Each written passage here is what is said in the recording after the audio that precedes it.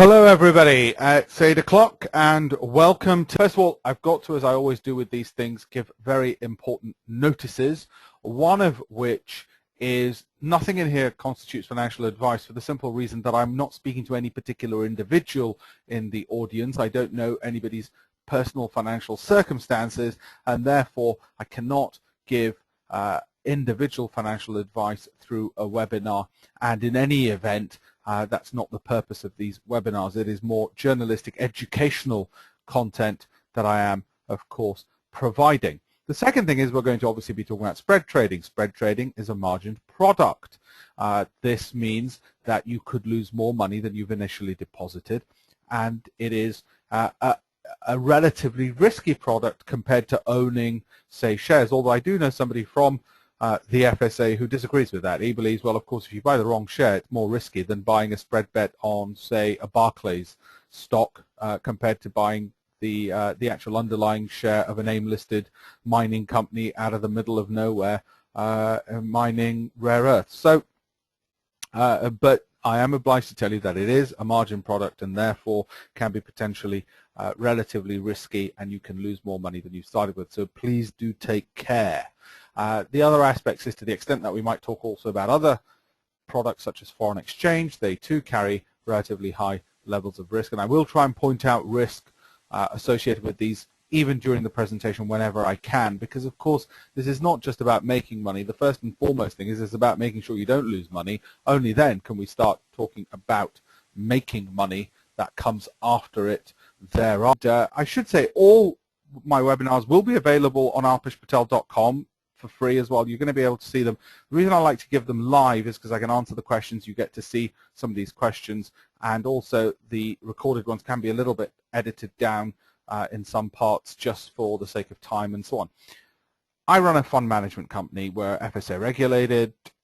This is probably a simple screen to let you know what I do, what my friends think I do, and what everybody else seems to think I do. That's probably the quickest way to tell you. I used to write a weekly column for the Financial Times. I've written 13 books on investing, including 2 this year, which will be published later in the year, and do lots of broadcasting and analysis and so on and so forth.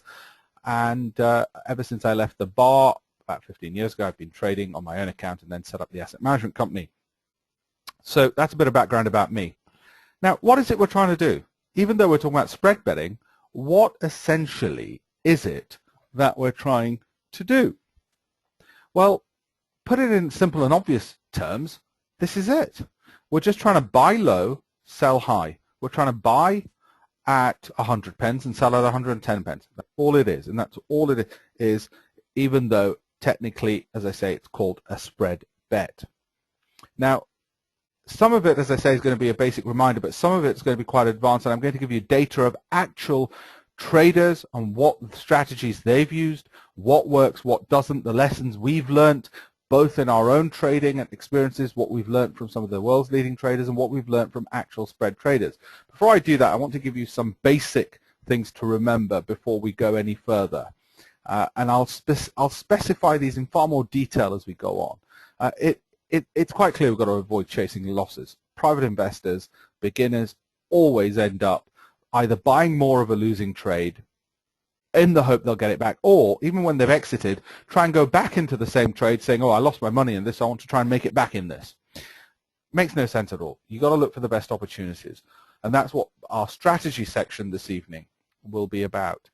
Only spread bet with funds you can afford to lose. I assure you the number of traders we have seen, spread betting accounts, where they lose a lot very quickly, and I'm going to have to discuss with you this evening with strategies how we avoid losing funds. How do we avoid actually losing money? That is going to be critical, because very often in spread betting, beginners lose more than they can afford to lose. Use stop-loss orders to help protect the downside risk. I'll show you how and what these stop-loss orders are and how to use them, and why what we found was those using stop-losses perform better. Why was it they performed better? Monitor the amount of money you use for spread betting. This again might seem silly. Let me explain.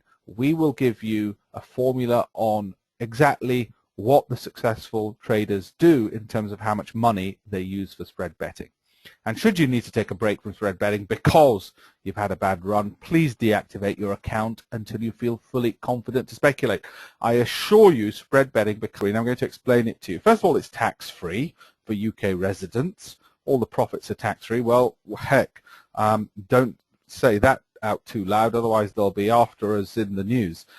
You only need a small deposit. Now, that's not necessarily a good or a bad thing. What it means is you don't need £100,000 with which to start trading. You can start with £1,000, for instance, or £5,000. In other words, a relatively small amount of money. And the reason that you can start with a small amount of money, A, it's a margin product. As I said, that's not necessarily a good thing because it's leverage that you're using. But what that means is that if you've got £1,000, essentially the broker is lending you an extra 4,000 with which to trade. That's essentially what it is. And it means you can start trading with relatively small sums of money. The third reason it's really taken off, and it's one of the bits which excites me the most, is because out of one trading platform, and you can see it there on the left, I've done a screen capture, you can access thousands of markets, foreign exchange, equities, and commodities. Now, this is interesting because it opens up the range of opportunities that we have all from one platform. It's a lot easier than having 15 different accounts. The other reason in terms of flexible trading hours is those who've got a day job can still trade actively. For instance, the US markets are still open. You come home from work, you sit in front of a webinar or whatever, and you can start trading as well actively outside of UK market hours. And finally, there are no commissions. There is a spread between the bid and the offer, the buy and the sell price, and the bid and the offer, or the bid and the ask, you can treat just like when you buy currency at the airport. It's the difference between what you buy and what you sell. That's the only inherent cost there is. And you can see some bid and asks here where you see Barclays rolling the bid and ask, and it's relatively small there as well in terms of that. So popular instruments, and I was with a leading firm just today and their chief executive, and we went through just to look at what some of the most popular instruments are that people spread bet, and particularly what winners tend to spread bet. They tend to be the most liquid markets. So we're talking about the FTSE index, the US indices, so the Dow.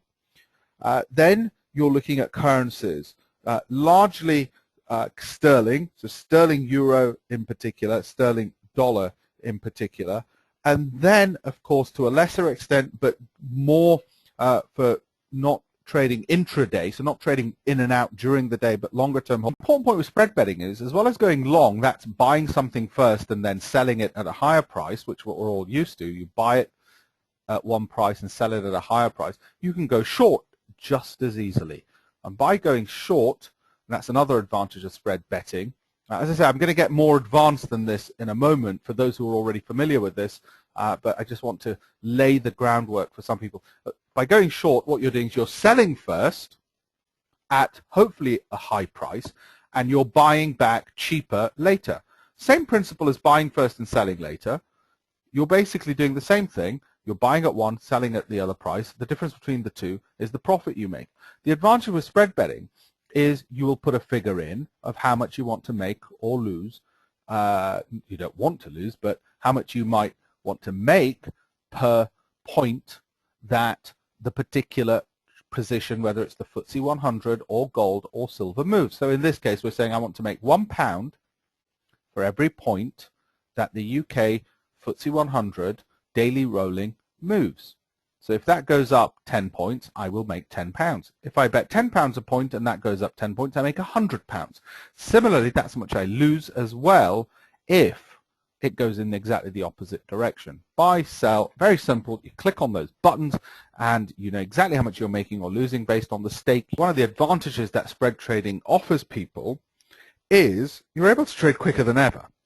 Now, if you look at this ticket, for instance, you can click buy or sell, but you see the chart right in front of you, and you might say, right, I want to buy now, I want to sell now, I want to buy now. There are people who will easily do 100 trades in a day. This is just the 1 minute chart where every single one of these bars is the price movement of the FTSE 100 daily rolling in 1 minute. In 1 minute, this is how much it's moved, each one of these bars, and people will just observe these and hit buy, sell quickly at just £1 a point because they don't want to risk too much as they see the trends moving. But I'm going to have to discuss, how do we still know when to buy, when to sell, and how much money to put in? I've mentioned margin already. I've mentioned spread already. What I want you to see in here, in this chart, is to look at the fact that this ticket already tells you how much margin is required. In other words, if you want to put a £1 bet on the FTSE 100, you need £58 in your account,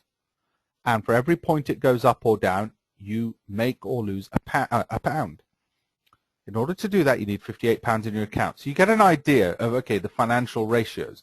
£1 bet for the FTSE 100, and it'll vary depending on products, but you'll see on a ticket what the margin required is. You also see the spread.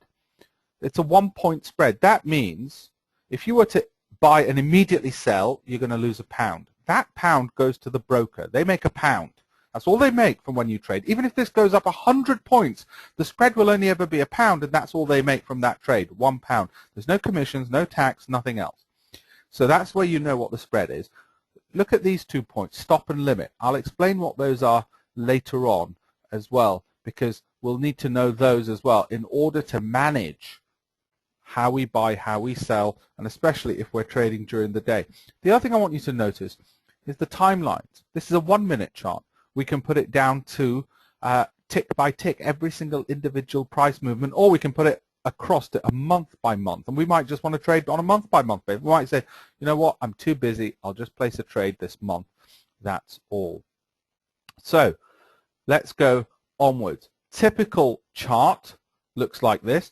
You're familiar with bar charts, but just in case those people aren't, what each one of these bars represents is the low, the close price, the high, the open price. The one that I'm showing here is not the high-low close, it's the candle, or the Japanese candle.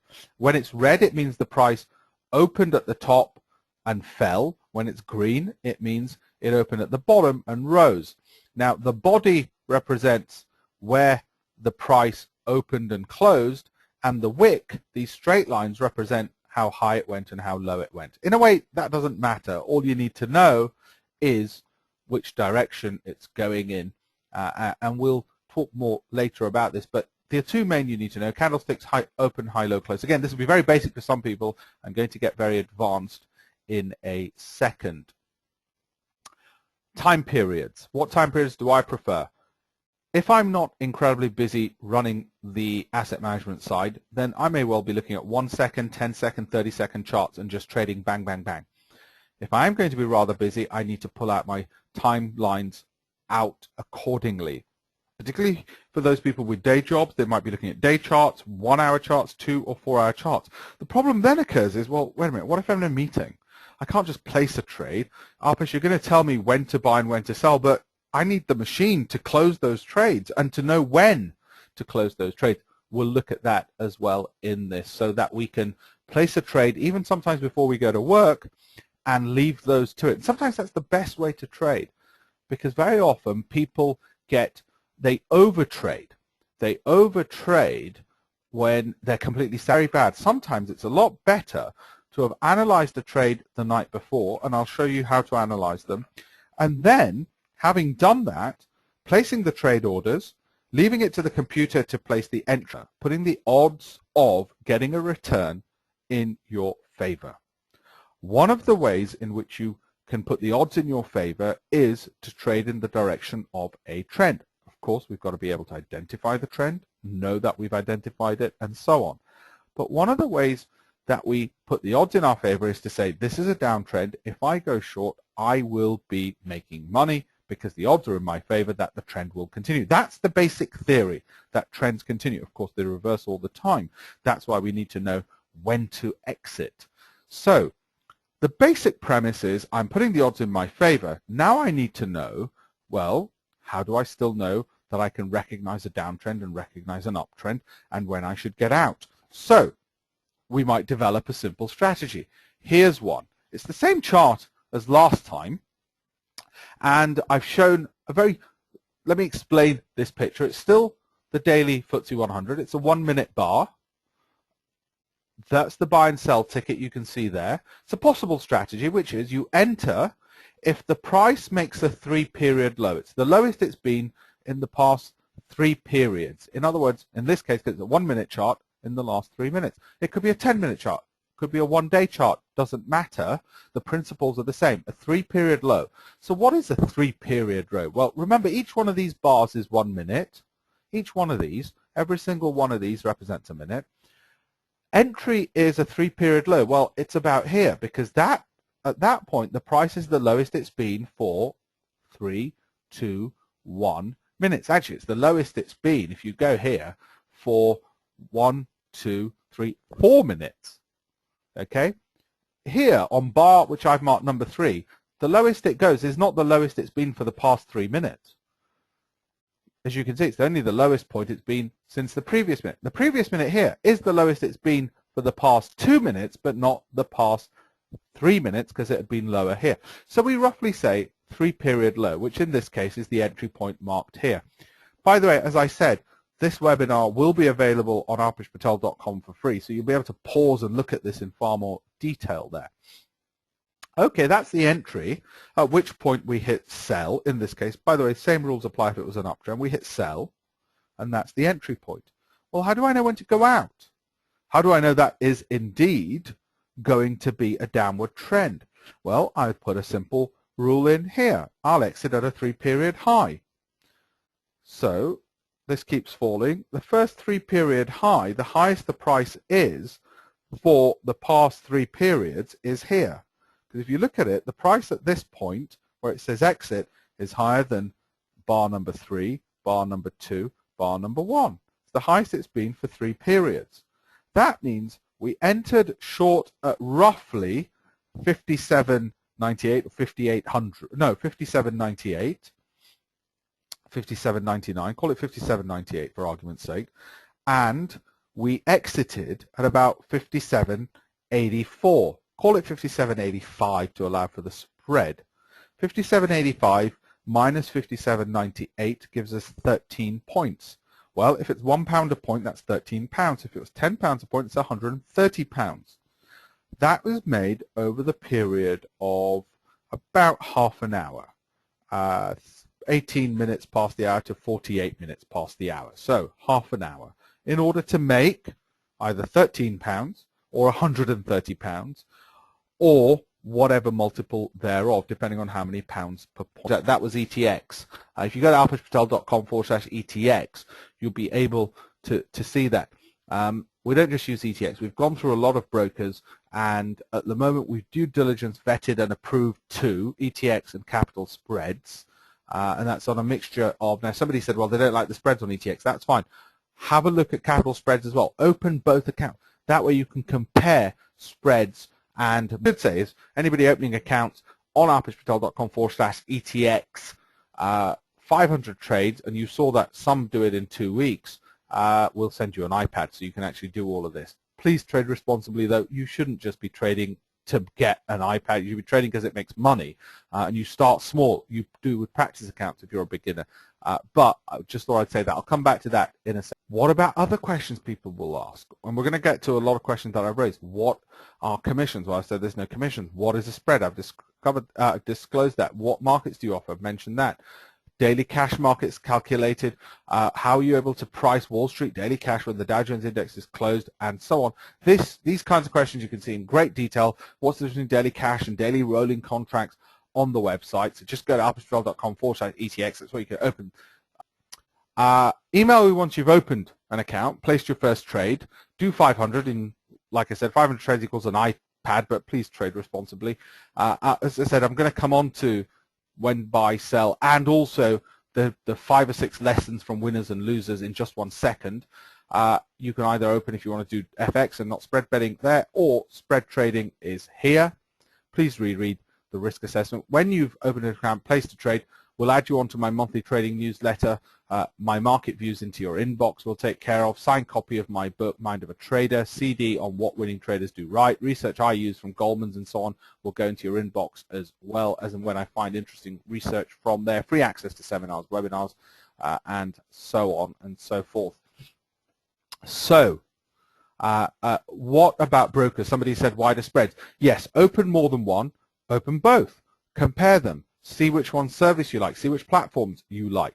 What about the notion that brokers move the price against you? This is the case that we've discovered against some brokers. We've also discovered that some smaller brokers, well, we're not so sure about their survivability. I'm not going to mention names because it's only rumors, and so I don't know for sure, and that's why we've due diligenced quite a few, and we're only sticking with these because we've had a bad experience personally with obviously World Spreads and with MF Global. Can you believe it? Can't trust anybody. So we're being very cautious with who we do due diligence recommend at the moment and work with and partner. Go through those links, open those, and we'll make sure we take care of all of